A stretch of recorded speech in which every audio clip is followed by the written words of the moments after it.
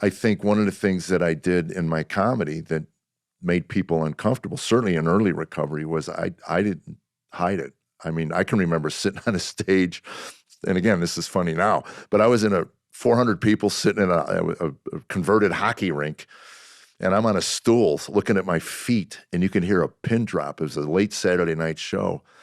And finally, I broke the silence and said, why are we here? What's the whole point to this? And it was, again, this awkward 10 seconds, and some little voice in the back of the room goes, we just want to hear some jokes. The story is, laughter is the best medicine. But this intangible tonic is often the byproduct of the suffering of its developers, comedians dealing with personal demons. Today, we explore how those hilarious humorists are sometimes, sadly, truly dying for laughs. I'm Mary Schertz. This is Lightwise.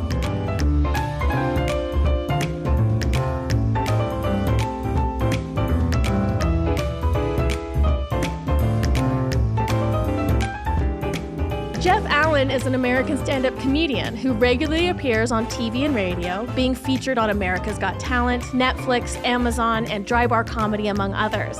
His humor, based on his own life experience, has given laughter and encouragement to millions of people. Jeff, thanks so much for joining us. We'll see what you say after about an hour with me. What I want to focus on today is this idea of so much of stand-up comedy in particular, but I would also argue comedy in general, tends to come from people who have experienced significant amount of pain and suffering in their personal lives. Right. And of course, people experiencing hard things is not solely in the realm of stand-up comics. Everybody experiences hard things, but I am really fascinated by the people that turn those hard things into laughs. And I guess my question is, like, which came first for you? Were you already a funny guy that then went through the hard times and chose to make it funny, or was it the other way around? But I think it was Woody Allen that coined the phrase, comedy was tragedy plus time. Mm-hmm. It's a human condition, so people relate to that. Yeah. So I don't think people would stand for an hour of a guy complaining about his life. I used to say that. People ask, is your wife aware of the way you talk about her? And I go, no, she thinks I'm a bricklayer. Are you kidding me?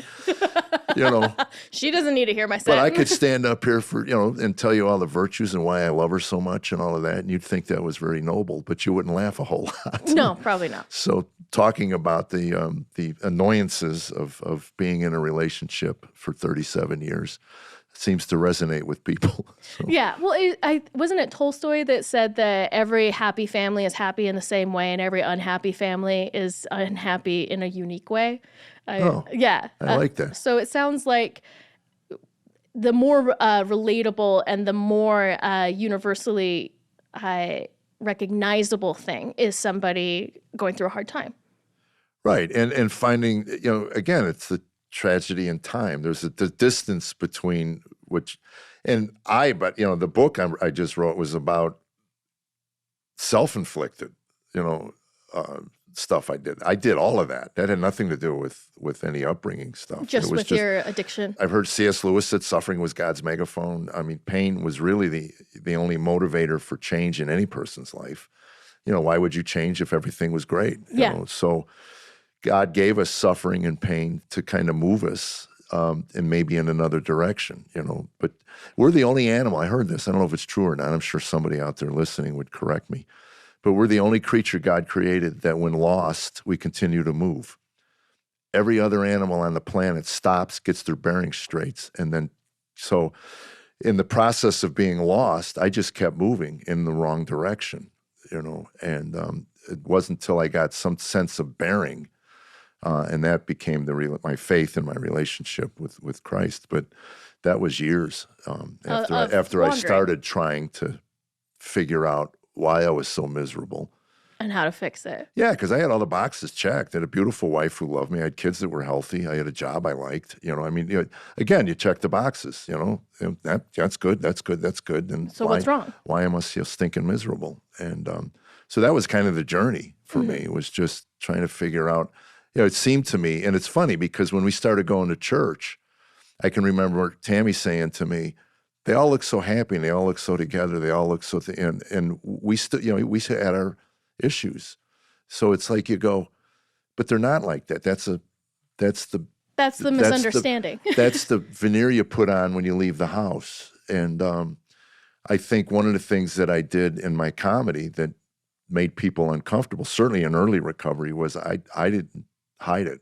I mean, I can remember sitting on a stage, and again, this is funny now, but I was in a 400 people sitting in a converted hockey rink, and I'm on a stool looking at my feet, and you can hear a pin drop. It was a late Saturday night show. And finally, I broke the silence and said, why are we here? What's the whole point to this?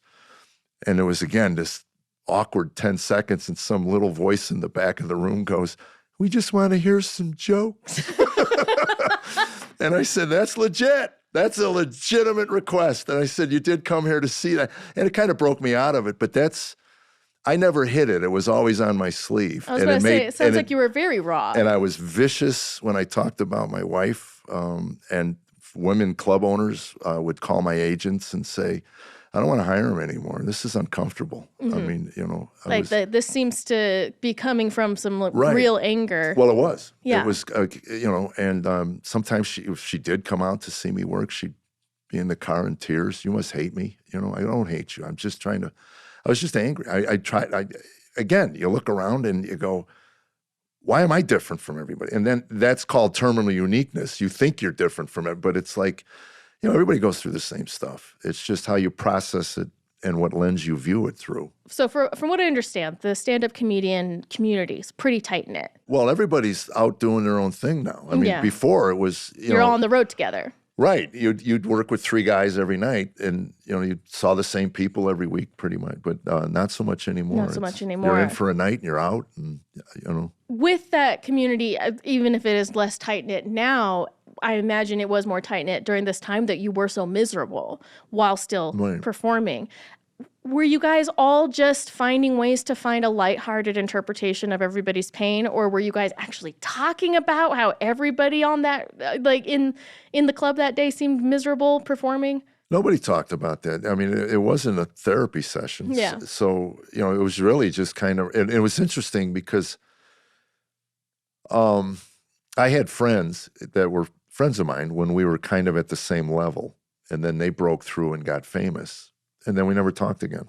Yeah. So the commonality that you had is what clubs are you working, who'd you work with last week, what the club owner, if they jacked you on the money or not, but it was all this superficial stuff. And then when I got into the program, the 12-step program, then when I was living in New York, we had little meetings at the Catch a Rising Star in the corner. Oh, really? But it was about our alcoholism and our disease, and what meetings we were going to, and stuff like that. So that was a deeper conversation and productive for my well-being. You said it wasn't a therapy session, but you getting up on stage and saying some things like... That was my therapy. I was going to say, was that the way that you were processing? Maybe not healthily, right. But... Oh, yeah, definitely. I worked inside out. I've always worked inside out. Mm-hmm. I mean, when I was drinking and drugging, I talked about drinking and drugging, and then when I quit...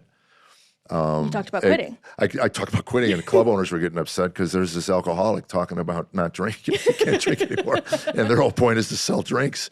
So, that would make it weird. Yeah. I never read a book until I got sober, outside of the Willie Mays story. I think I read that 5 times. But I never read, even in school, I wouldn't read the books for the book reports. Yeah. I would just listen to the discussions, and I'd fly by with my 2.0 C student. I'd get by in the middle of the pack, and I was happy for that. And anyway, I'll tell you when it was. I was in New York working Catch a Rising Star. There was a comic named Bill Hicks, real funny guy, and political, cultural stuff. And anyway, he called Ronald Reagan, I think it was a capitalistic swine. Mm-hmm. And it's New York, so they all applaud and cheer. Oh, yeah. And I'm driving home back to Jersey where I lived, and I realized I didn't even know what a capitalist was. I had no clue what he said. I knew what a swine was. I didn't know what a capitalist was. So I went home and looked it up, and that little voice that I've learned now is, that I assign it to God or, the Holy Spirit. But it says, you make your living with words, and you don't know any. You're a moron. So I actually went out and I bought an ACT book on words. So I decided to start punching up my vocabulary a little bit. And then I saw, I think it was an Ayn Rand book called The New Intellectual. And I said, well, I'm going to be an intellectual. I mean, not knowing what that entails. So anyway, I was looking up like 5 words a page reading her books. And anyway, that got me into reading. Then I went to a therapist who said, what books are you reading? I go, I don't really read. She goes, oh, Jeff, you can't be in recovery without reading. So she put Road Less Traveled in my hand, Scott Peck's book. And a couple things I got from there that really resonated was life is difficult. That's like the opening of the book. Life is difficult. When it can be accepted as such, it no longer is difficult. It's just a series of problems that need to be solved. So you realize that everything in your life that's an obstacle in your way is probably a problem, and you just need to know how to solve these things. And the other thing I got out of it was true love can't even begin in a relationship till conflict enters the relationship. In other words, I mean, there's no such thing as a conflict-free, loving relationship. Yeah. So that thing that people are chasing, especially today on the internet, that euphoric feeling you get that they think is love, is not love. It's just something put there by God to keep the species going. And so that moment that conflict enters, I want Chinese food. No, I want Mexican food. Now you have a conflict with your supposed love of your life, and now you got a chance to grow into love. We didn't know how to conflict well. I didn't. Yeah. I smashed things. I mean, in my house, the loudest voice won. And one of the things that's in the book that I share is standing on a stool and yelling at my wife till she fell to her knees and wept. And then I put my son to bed that night. And he says, Daddy, you win. And I said, what do you mean? He goes, you yell, Mommy cries, you win.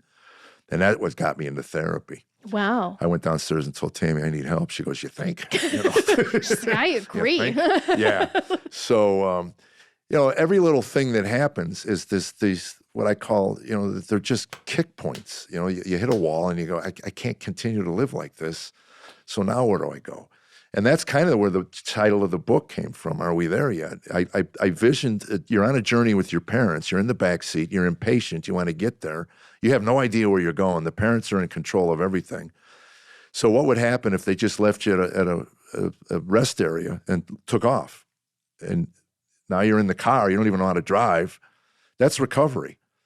Day one, you walk in, you go, I have no idea what this is going to look like. I had preconceived notions of trying to live sober, scared me to death of living without alcohol, but I knew I couldn't continue.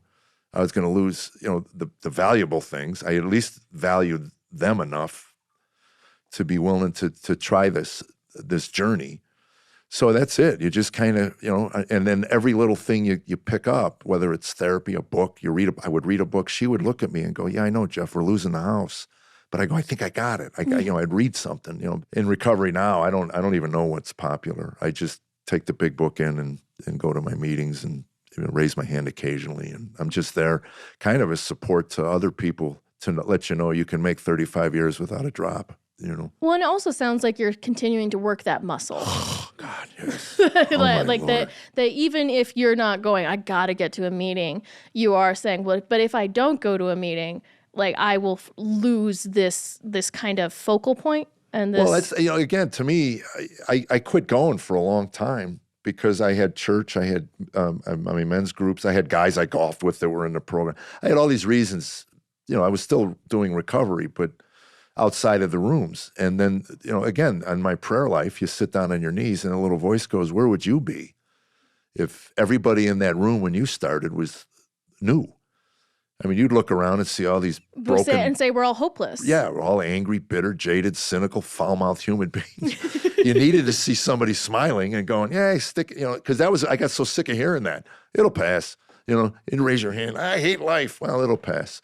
And it does. It does. You learn that whatever you're going through today is going to pass. So you try to live one day. It's a cliche, but that's it. The one day at a time. Yeah, you use the past to try to learn from, but the future, you have no control over that. So today is it, and you try to make your life, a little better for today. Kind of want to synthesize a couple of things we've been talking about, which is like first that you realized you needed to be expanding your vocabulary and then your knowledge, and that all of that did in different ways contribute to your recovery. What did it do to your stand-up material? Oh, everything. Made it, and really what cleaning it up is what changed everything. Well, I have parents come to me now and go, my son wants to be a stand-up comic. You have any advice? I go, yeah, tell him to read. Mm-hmm. Kids don't, people don't read. I mean, they really don't. I mean, everything's on video, but I said, that's where your references come from. That's where your knowledge comes from. So, and I said, everything from People magazine to Socrates, just pick it up and absorb it. And then as you begin to put your comedy together, you'll have maybe some obscure things because you can only talk about 8 or 9 things. Otherwise, Steve Martin used to do this whole routine, and everything was a plumbing reference. Yeah. And the crowd just stares at him, and he goes, wow, they killed at the plumbing convention. So if you're going to, people have to be able to relate to you. So as a storyteller, we got called into school. My son was in 4th grade, and he called his teacher some really nasty names. She couldn't even repeat them. Cut foul words. And I remember Tammy and I were sitting there. As parents, you go, I said, I'd love to look you in the eye and tell you I have no idea where that child heard that kind of language. But driving home that day, Tammy said, this is not pretty. Yeah. And we need to make, and we did. We decided to make some changes.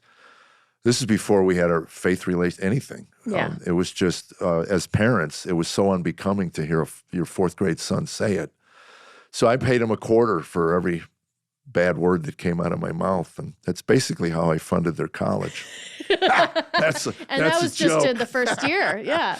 No, but anyway, I realized I had to get a thesaurus out.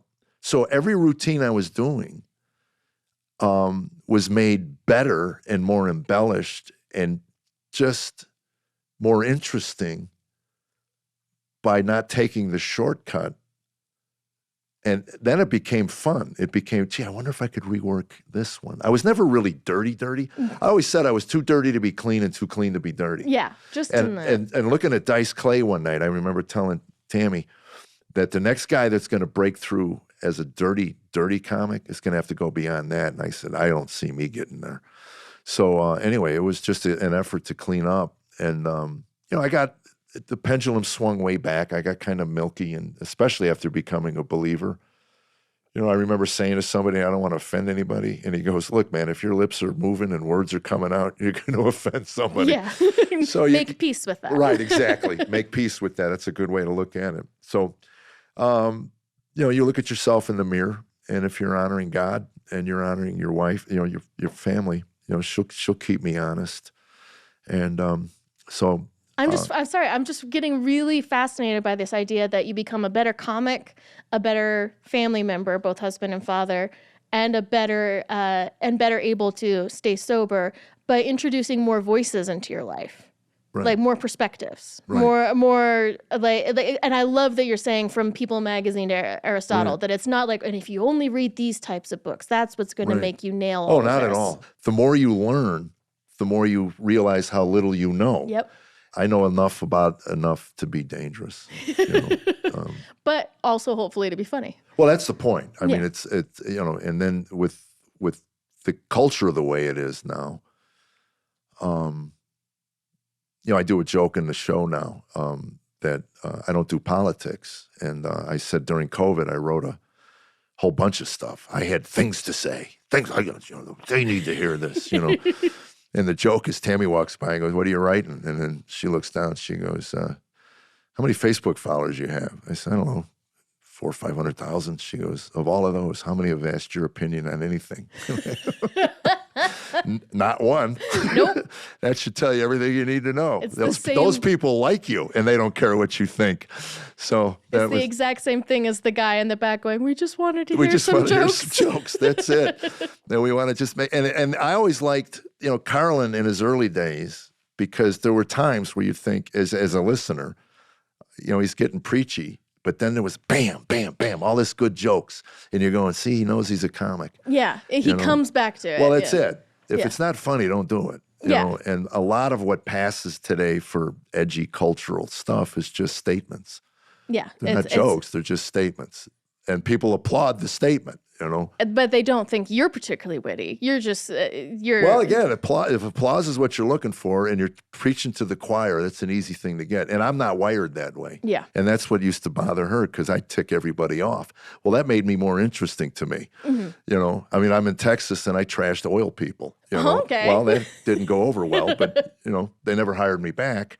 But it made me feel good. I go, you know, at least I had courage. You know? I am not a comic. Yeah. But I find the different ways that people react to comics really interesting because, like you said, there are the ones that are like, yes, they said something I agree with, big applause.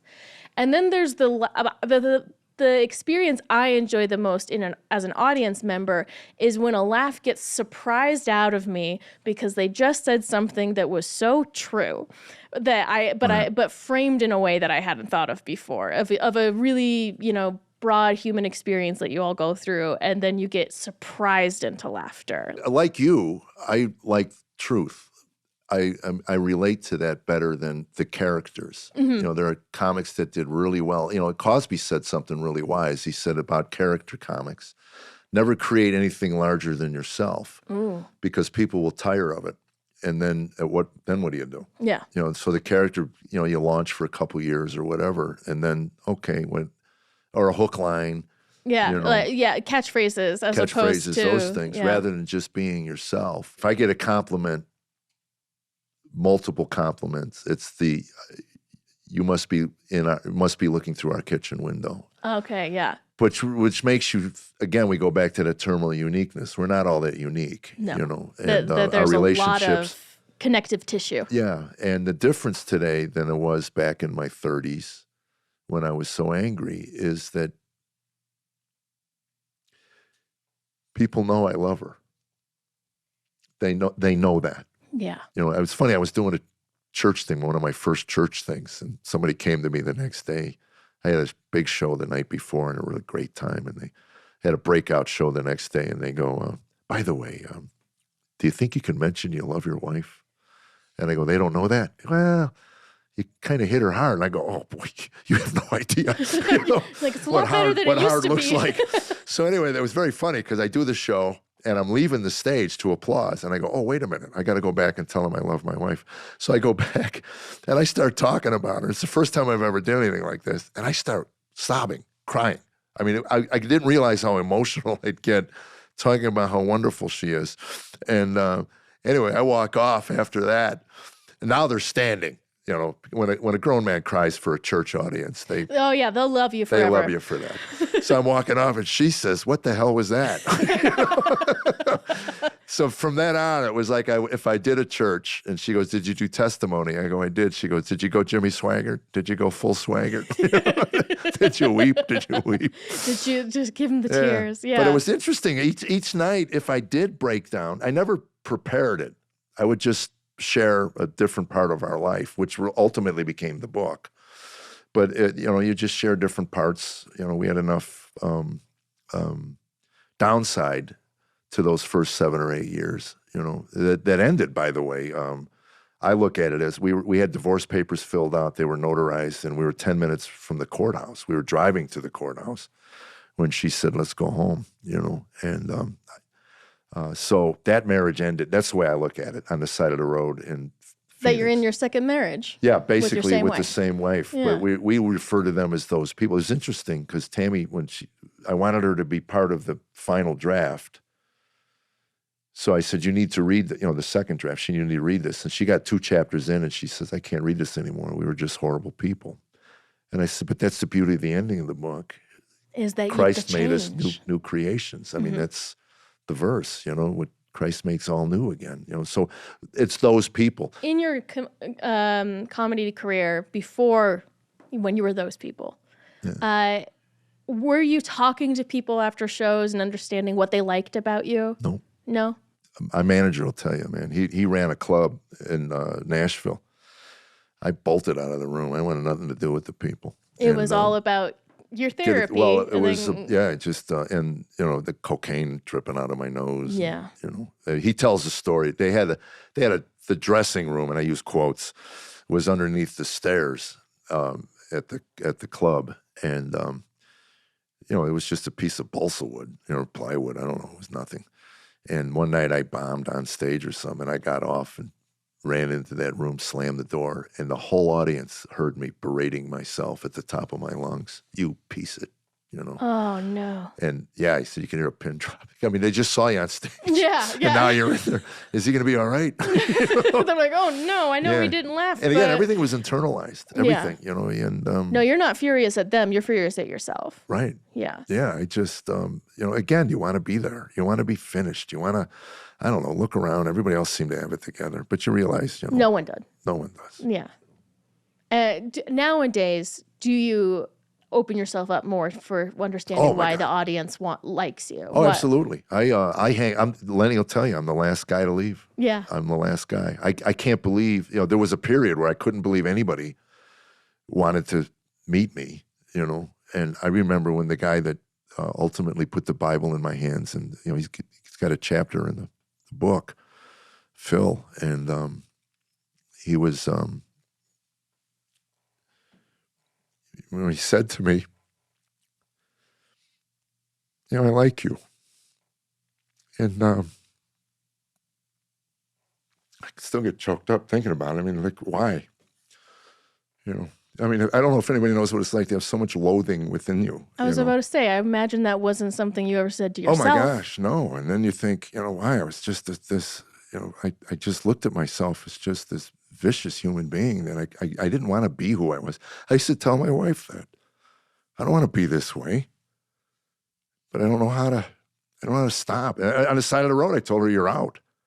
She says, let's go home. I go, you're out. She goes, what do you mean? I go, 10 more minutes. You can get out from me. You deserve better than me. I mean, I loved her, but my brother was tainted. My father was, so you just look around you at the men in your family and you go, I'm a slave to my nature. And that's what I loved about the Bible when I finally got into it, where Paul talks about just die to yourself, die to yourself, die to yourself, die to yourself. And the third step prayer, God, remove me from the bondage of myself, so that I may do thy will. I mean, it's this constant struggle between the ideal, but you have to have an ideal. You have to at least have a vision of what kind of person you want to be, and then spend the time struggling with the parts of you that aren't like that. And then have yourself in your life a partner that understands and sees that you can be that person. That you can be that person, and the growth in that. And even though there are times, it was funny. It's funny. Was it 2 weeks ago? We were in the living room screaming at each other like banshees, and I remember coming out and telling her, I can't do this, the book tour. I can't do it. I can't stand on stage and tell my audience how wonderful our marriage is when we're still screaming at each other, basically she said, oh, shut up, just relax, just relax. But again, love can't happen without conflict. Well, that's it, again, and again, it's this 3 steps forward, 2 steps back, 3 steps forward. I'm not there yet, it's exactly it. Are we there yet? When do we get there? I mean, it's like, I just don't want to ever do this again, but once it starts, once the shame kicks, and I can feel it, and it's the first outburst, the first time I raise my voice, then that's it, I'm gone. I'm gone. And I'm gone 5 minutes, 10 minutes, whatever. But it has to run its course. And then, I get back, but it's as stepping outside of myself and looking at that, it's an amazing thing to me, because intellectually I know about it. And 90% of the time I can catch it and diffuse it. I have a happy place. Yeah. I have a happy place. I'm glad you have a happy place. I do. Everybody should have a happy place. They should, even if it's just in their mind. I do. I image a golf course. I just go, oh, I remember I was, Yeah, that was good. Yeah. And then I lip out a 3-footer and I get angry again. I've lived a very different life than you, for many reasons, including a lot of circumstances. But I have a very close-knit group of friends that we didn't become friends until we're in our 20s. And we kind of found each other because we had all been through some pretty significant trauma. Right. Not the same trauma, just the pain. But they're realizing childhood trauma puts you into PTSD. Yes. It's no different than what the soldiers go Yeah. through in the war. So you've been in a war. Sometimes for your whole childhood. But you have people in your life go, oh, suck it up, buttercup, you know? Yeah. And what are you whining about? So it's nice, you know, believe me, if it wasn't for those 12-step rooms, I mean, I whined for years. I mean, I had a lady come there, I was about 2 years sober, pokes me. She's like, she pokes me in the stomach. I've been listening to you for quite a while, young man. And maybe the problem isn't your wife. You know? I wanted to go, boom, I could have knocked her head into her chest cavity. But you realize that there's a commonality in the pain, and then you find the humor in it. That was the next step. And that's where your friendship comes in. The friendship comes from what from the outside would seem like some pretty bad taste jokes. Right. like, why are you making light of that happening? Right. You know, well, why is everybody else in the room laughing? You know, and we have actually, like, as a group, you know, I'm in my mid-30s now. Yeah. We all there's a lot of love there, and we reunite on occasion, but we're not day-to-day in each other's lives. And we still discuss occasionally of like, yeah, you have to kind of ease people into some of these things that I'm going to speak really lightly of, but that doesn't mean I take them lightly, but it helps me to be able to find a way to laugh about it. Yeah, when you say you're an alcoholic, I don't think it takes a genius to figure out you've probably had a pile of garbage. Yeah. Nobody admits they're an alcoholic. I mean, unless they're just suffering. Nobody walks into an AA meeting as a drunk and goes, hey, you guys look like you're having fun. I think I'll quit. You know? Yeah. No, your life implodes, and you know, and depending on what part of the elevator you want to get off, you know, if you want to get off before you wind up in the streets and the gutter, and you know, but there's a part of that relationship of I know what you're going through, and laughing about that pain. That's the final healing part. You know, I used to make light of it. You know, I got a DUI, and I used to make light of that. And then the culture shift that you can't make fun of drunk driving. But I thought, you know, I'm out the other end on it. You know, and I'm not laughing about this I continue to drive drunk. Well, my opening line was, you know, I got drunk drivings when they were hard to get. You know. I mean, you know, today you have a glass of wine, you get a drunk driving. I mean, you know, you had to swing at a cop, you had to do something, you know. And but again, the culture has made a decision that that's not funny as a culture. But now when I do an AA function, they get it. Yeah, they get it. You're out the other end. You're not making light of driving. You know, drunk by the grace of God, I didn't harm anybody. You know, but it's almost like the laughing together at something that is objectively terrible. Right. Is a way of saying I see you, and that you get through it. Right. It's kind of the laughter of the survivors, right? Yeah, I think the people who can never laugh at themselves never heal. I mean, I believe that. They wind up embittered and crusty, and you know, and that's super insightful. I think you're right. I think God gave it. First of all, laughter is so healing. I mean, with the endorphins and you know, they call that the body's natural morphine. Yeah. So if you're laughing, you're releasing morphine, you know, natural morphine in your body, which heals the pain. But you also, you know, my brother, my poor brother, just never was able to laugh at himself. You know, he really wasn't. He was a scab that never got healed. You know. Back to the Woody Allen quote you said at the beginning of tragedy plus time. Tragedy plus time. Not being able to laugh at yourself means you've never gotten that distance. That you're holding it so close. No, you're still living in the problem. Yeah. You're still living in the problem. I mean, I used to see people, you know, at the program that would just sit and talk about their abuse over and over again. And now, again, you start out, you get your hands patted, and people hug you, and they feel sorry for you. But at some point, you know, you got to move on. Mm-hmm. You know, what are they going to do for you now? I mean, I used to do the joke about, you know, it was you got 30-year-old men calling their 65-year-old fathers up at 3 a.m. and screaming at them for stuff that happened when they were 15. Okay, what do you expect them to do for you now? You know, yeah. Hey, we've read a few books. Why don't you move back in and we'll re-raise you? You know? We didn't know what we were doing back then. Let's start again. Yeah, let's do it all over again. So you may never, ever in your entire life get what you want from your parents. So what are you going to do about it? Yeah. And I mean, they talk about privilege in this culture. It has nothing to do with pigment. It has everything to do with your parents. If you were raised by two loving, and I'm talking about parents who, put you ahead of everything, and they didn't have their own issues to deal with, and That's sacrificed for you, then you're way ahead of the game. You're not playing catch up in your 20s and 30s. Yeah, because it means you have this kind of core sense of self of I am loved, I am worthy of love. And you don't surround yourself. You don't go out and, it's the first time somebody mistreats you, you go, well, I'm not going to be, Yeah, you're like, I didn't like that, I'll stop that. Right. And rather than just somebody mistreats you and you go, well, that's what I deserve. And I'm going to spend the rest of my life trying to fix that guy or that girl or whatever, And I'll tell you how unhealthy I am. I mean, if I was healthy emotionally, I wouldn't swing another golf club. That game just brutalizes me. It's like being in an abusive relationship. You're like, I have never gotten where I've wanted to on that when one. When it's good, it's good. When it ain't, and it's just, sometimes it drives you insane. Yeah. Yeah. Although I would say, if you're going to stay in an unhealthy relationship, golf is probably the best thing. Yeah, it's probably okay. Yeah. It can't cut you with words as often.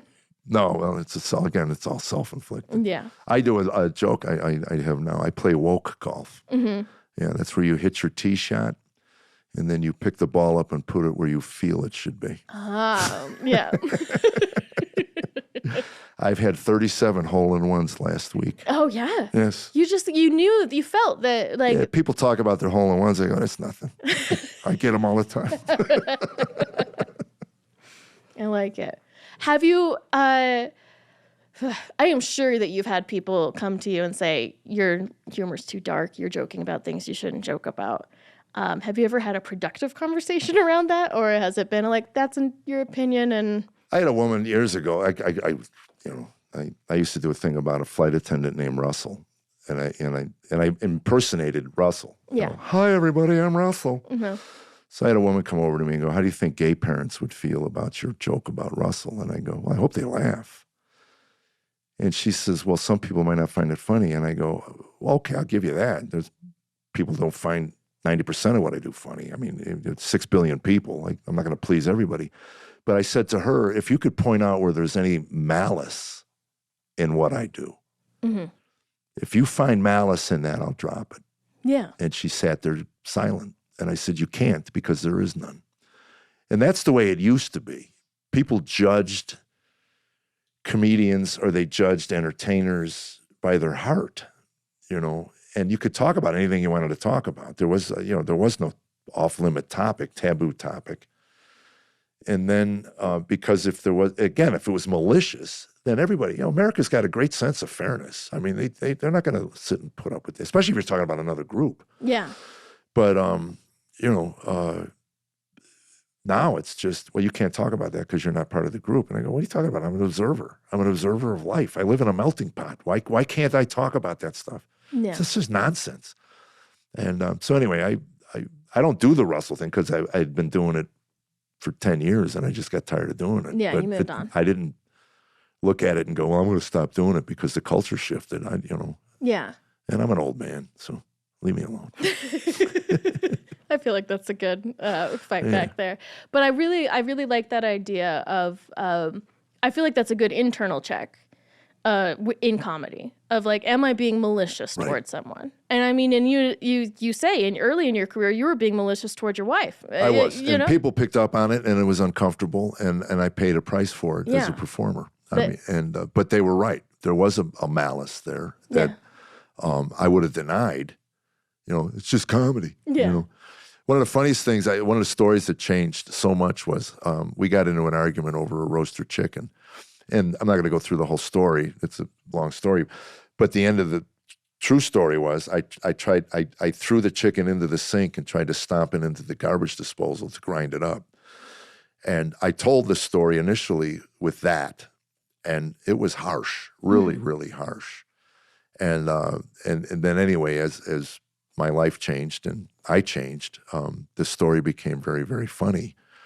The angst is still there, where I was supposed to carve a chicken, and I said, I don't know how to carve a chicken. She says, I don't know how to carve a chicken either.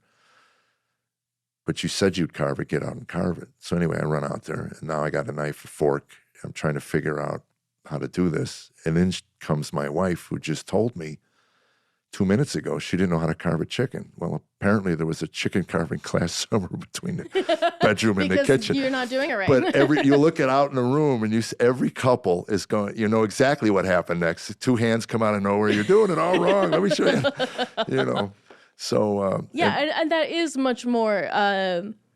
It's not palatable. Malicious. Yeah, it's palatable. Palatable, and there's truth to it. Yeah. Because it happened.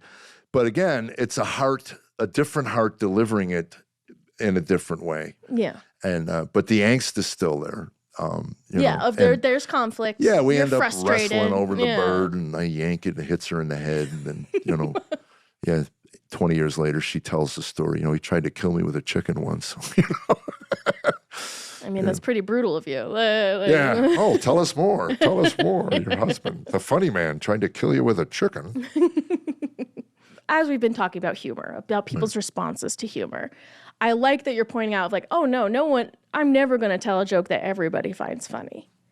Do you think that it has to do with, like, the temperature of the room, the experiences that the people in the room have been through that can relate to? Like, what do you think is that kind of calculus? Well, it's interesting now. I'm in a different place. And, I'll give you the story. I was doing a club, and they added a 9 o'clock show.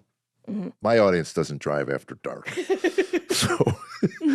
So my manager tells the club manager, or the owner, that Jeff's audience is not going to come out for a 9 o'clock show. So like a week and a half out, and our contract specifically says no passes.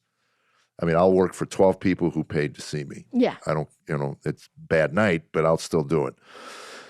I don't want a room full of people who don't know who I am. I did that for 20 years, and I got out of it because it was much more difficult than it needed to be. So anyway, sure enough, they call him a week and a half out, and they go, this 9 o'clock show's not selling. We told you that. So anyway, they paper the room, they fill it up. And I was upset about it until I went to the bathroom. About a half hour before the show, I was in the bathroom, and I heard two guys talking. And they said, do you know who this guy is? And they said, no, but I went on the internet and I looked him up. This is going to be a fun night. And then I realized leaving there, if you go to a comedy club today and you plunk down $35 or $40 to see a comic. You've looked them up. If you haven't, you're an idiot. Yeah. And everybody has content on the thing. So it's a completely different animal. The room should be with people who are familiar with, with where I'm at today in my career. The people are familiar with me. So there isn't that, they relate to me. So I don't have that as much as I used to. Now, they relate to you a lot of times because they choose to relate to you. Well, that was it. Yeah. They've done their homework or whatever. They're familiar with me from DryBar. Uh-huh. That's the big one, is that people come from the DryBar stuff. So it's not the same experience as it was when I was just coming up, and you get thrown into a room, and then you have to earn their... Start a ice cold, no context. And then, they're 5 minutes in, maybe they go, okay, we dig in, we're going to go with you on this, Because it always is an exchange, right? Cosby had something he said. He goes, they asked him how he was able to hang on to his success where his peers, lost everything. And he said, I can't tell you how to succeed, but I can tell you how to fail. And that's try to please everybody. Mm-hmm. So you do what you do. And again, we put it out there. And, again, thanks to DryBar, they have such a large platform and such a variety of eyeballs on their platform. We're able to tap in to people who like what I do. Yeah. And some of them might even drive after dark. Yeah, occasionally. I don't know. It was funny. I was in I think it was Rochester in February, and a 7:30 show or something. And the manager, we had 2/3 of a house. He goes, I bet you we could sell you out at 4 or 5 o'clock on a Saturday. I said, you could. He goes, I bet you your people don't like driving at night. No. Yeah. Well, Jeff, it's been really lovely talking to you. Thanks so much for opening up about every part of this journey. It's been a real pleasure. Well, thanks for having me. Lightwise is a video podcast production of Angel Studios, released every other Tuesday. If you'd prefer to listen instead of watch, you can find the Lightwise audio podcast version wherever you get your podcast. Also, to make sure you don't miss the stand-up comedy of Jeff Allen and other DryBar comedians, watch DryBar on the Angel app. This episode of Lightwise was hosted by Mary Schertz. It was written and directed by Joel Ackerman, produced by Cameron Jackson and John Shea Van Sickle, and edited by Cameron Jackson, with sound recording by Garrett Briggs and sound mixing by Brian Densley.